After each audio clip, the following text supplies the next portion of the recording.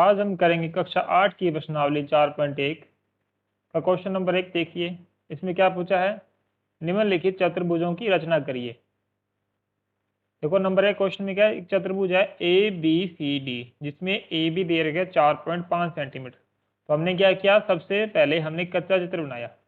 A B हमने उसमें 4.5 centimetre खींचा, B C 5.5 centimetre, C D 4 centimetre, A D 6 centimetre और ए सी 7 सेंटीमीटर, जो ए सी एक विकर्ण है।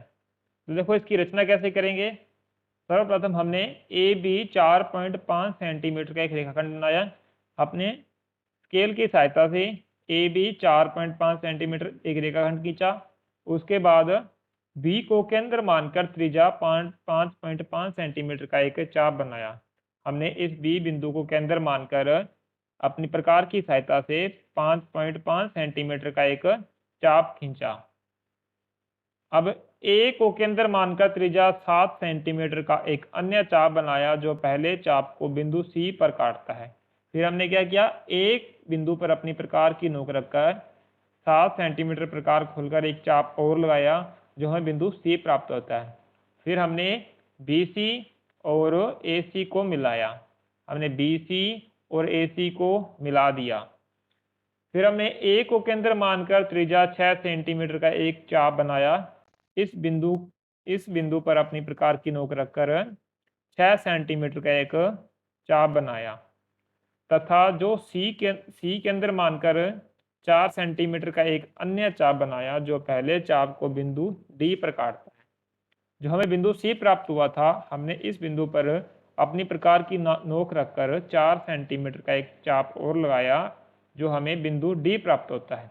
फिर हमने ए डी को और सी डी को मिलाया। जो सी डी हमें 4 सेंटीमीटर प्राप्त हुई और ए डी 6 सेंटीमीटर प्राप्त हुई।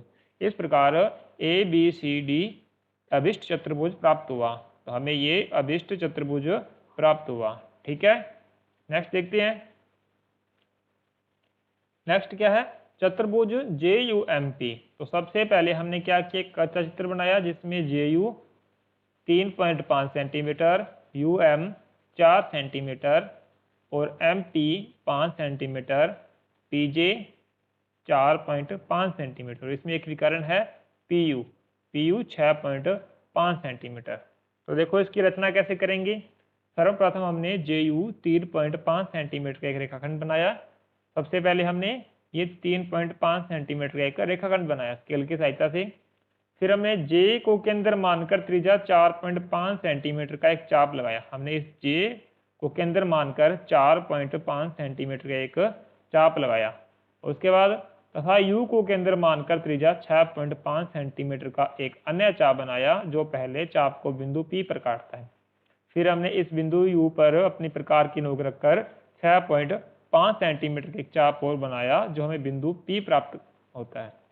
तथा हमने पी जे और पी यू को मिलाया। तो पी जे हमें 4.5 सेंटीमीटर प्राप्त हुआ और पी यू हमें 6.5 सेंटीमीटर प्राप्त हुआ। उसके बाद हमने P को केंद्र मानकर त्रिज्या 5 सेंटीमीटर का एक चाप बनाया। अपने इस बिंदु P को केंद्र मानकर प्रकार की सहायता से एक चाप लगाया 5 सेंटीमीटर का। ठीक है, उसके बाद बिंदु बिंदु U को हमने केंद्र मानकर 4 सेंटीमीटर का चाप लगाया। देखो P से हमने ये चाप लगाया और U से हमने ये चाप लगाया, ताकि हमें एम यू प्राप्त हो सके और एम पी प्राप्त हो। इस प्रकार हमें बिंदु एम प्राप्त हुआ और हमने एम पी और एम यू को मिलाया और अतः यह एक जे यू एम पी एक अभिष्ट चतुर्भुज प्राप्त हुआ। ठीक है, इस प्रकार हमें ये जे यू एम पी एक अभिष्ट चतुर्भुज प्राप्त हुआ। नेक्स्ट देखते हैं, एक समांतर चतुर्भुज है एम ओ आर ई, जिसमें देखो ओ आर 6 सेंटीमीटर है। ओ आर कितना है, 6 सेंटीमीटर। तो देखो इसकी रचना कैसे करेंगे। सर्वप्रथम हमने 6 सेंटीमीटर का एक रेखाखंड बनाया। स्केल की सहायता से सर्वप्रथम हम एक 6 सेंटीमीटर का रेखाखंड बनाया। उसके बाद हमने O को केंद्र मानकर 7.5 सेंटीमीटर का एक चाप बनाया तथा R को केंद्र मानकर त्रिज्या 4.5 सेंटीमीटर का एक अन्य चाप बनाया जो पहले चाप को बिंदु ई पर काटता है। तो पहले क्या किया हमने, इस बिंदु ओ को केंद्र मानकर एक चाप लगाया 4.5 सेंटीमीटर का।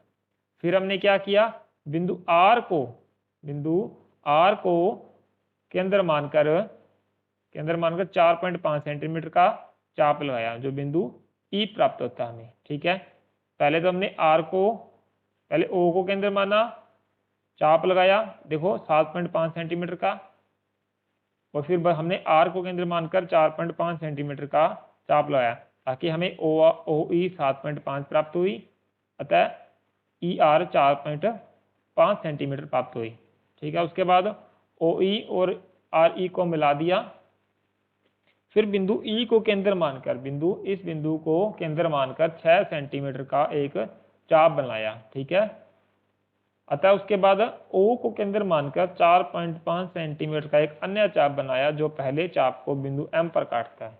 फिर हमने इस ओ बिंदु को केंद्र मानकर एक 4.5 सेंटीमीटर का एक चाप और काटा जो हमें बिंदु एम प्राप्त करता है।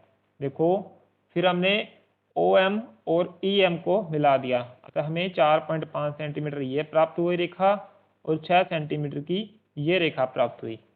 अतः एम ओ आर ई अभिष्ट एक समांतर चतुर्भुज है। ठीक है, इस प्रकार हमें ये एक समांतर चतुर्भुज प्राप्त हुआ।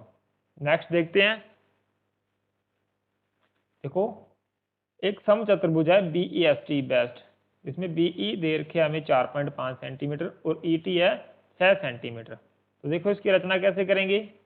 सर्वप्रथम हम टी ई 6 सेंटीमीटर का एक रेखाखंड बनाएंगे। ये टी ई हमने 6 सेंटीमीटर का एक रेखाखंड खींचा, ठीक है, स्केल की सहायता से।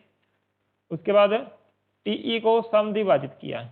अब टी ई को समद्विभाजित किया, समद्विभाजित कैसे करते हैं, जितनी रेखा खींची है उसकी हाफ प्रकार खोल लो। ठीक है, और फिर टी बिंदु को केंद्र मानकर ऐसे चाप काटो और एक ऐसे नीचे चाप काट दो। फिर ई बिंदु केंद्र मानकर एक ऐसे चाप काटो और एक ऐसे काटो और इन दोनों को समद्विभाजित कर दो। ठीक है, अब देखो उसके बाद ई को केंद्र मानकर त्रिज्या 4.5 सेंटीमीटर एक चाप बनाया। इस ई को त्रिज्या केंद्र मानकर त्रिज्या 4.5 सेंटीमीटर, ये 4.5 सेंटीमीटर का हमने एक त्रिज्या खींची, त्रिज्या का चाप लगाया ऐसे, यहाँ से यहाँ प्रकार की नोक रखकर ऐसे चाप काटा। फिर हमने टी बिंदु को केंद्र मानकर, इस टी बिंदु केंद्र मानकर 4.5 सेंटीमीटर के एक चाप और बनाया जो बिंदु हमें एस प्राप्त होता है। अब यहाँ भी हमने 4.5 सेंटीमीटर का एक चाप लगाया। फिर देखो उसके बाद हमने क्या कि इन दोनों को मिला दिया।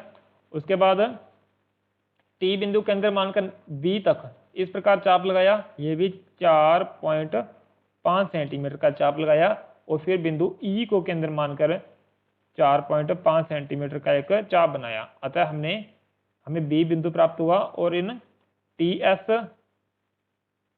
ई एस, टी बी और ई बी को हमने मिला दिया, तो ये हमें अभिष्ट समचतुर्भुज प्राप्त हुआ। और ये हमें हमारी टी ई कितनी थी, 6 सेंटीमीटर की रेखाखंड थी। ठीक है, इस प्रकार ये हमें एक समचतुर्भुज की रचना प्राप्त हुई।